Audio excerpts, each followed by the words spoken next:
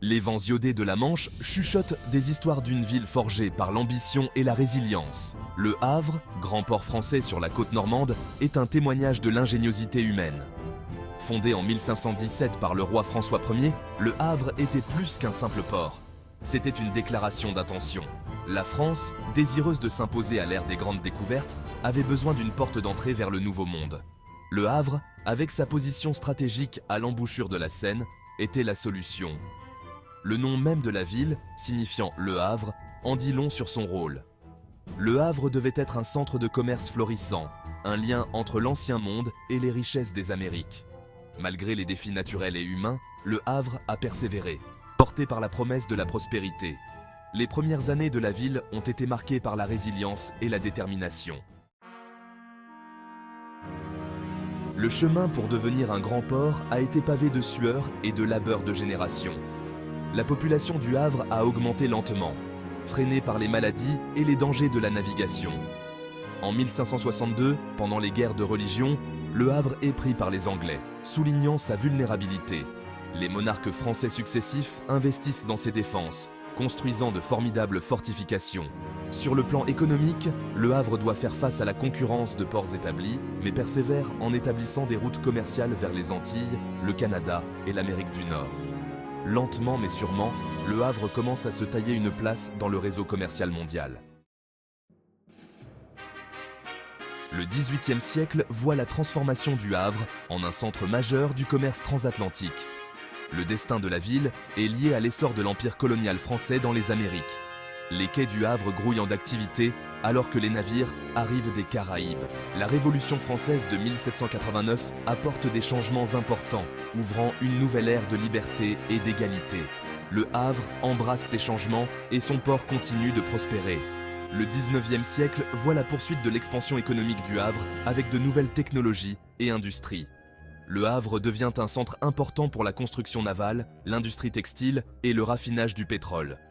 Au tournant du XXe siècle, le Havre s'est imposé comme l'un des centres industriels et maritimes les plus importants de France.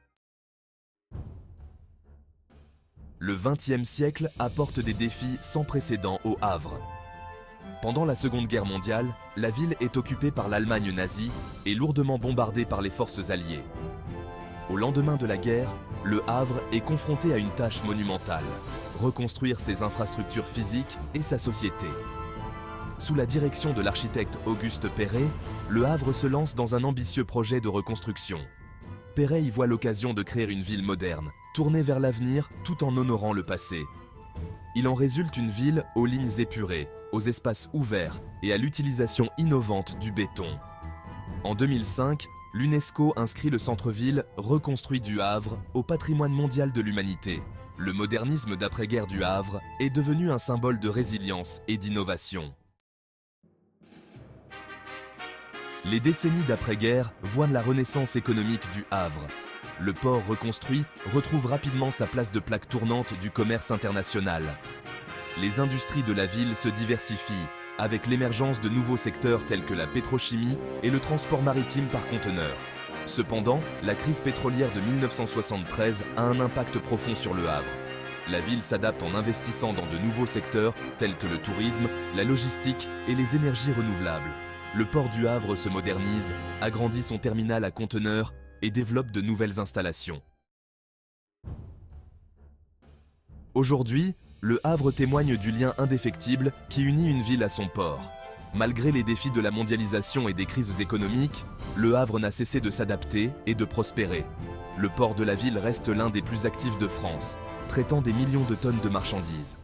L'économie du Havre s'est diversifiée, avec des secteurs tels que le tourisme, la logistique et les énergies renouvelables jouant un rôle important. La ville possède une scène culturelle florissante, avec des musées, des théâtres et des salles de concert. Le patrimoine architectural du Havre continue de fasciner et d'inspirer. La ville adopte les nouvelles technologies pour améliorer les opérations portuaires et conserver son avantage concurrentiel.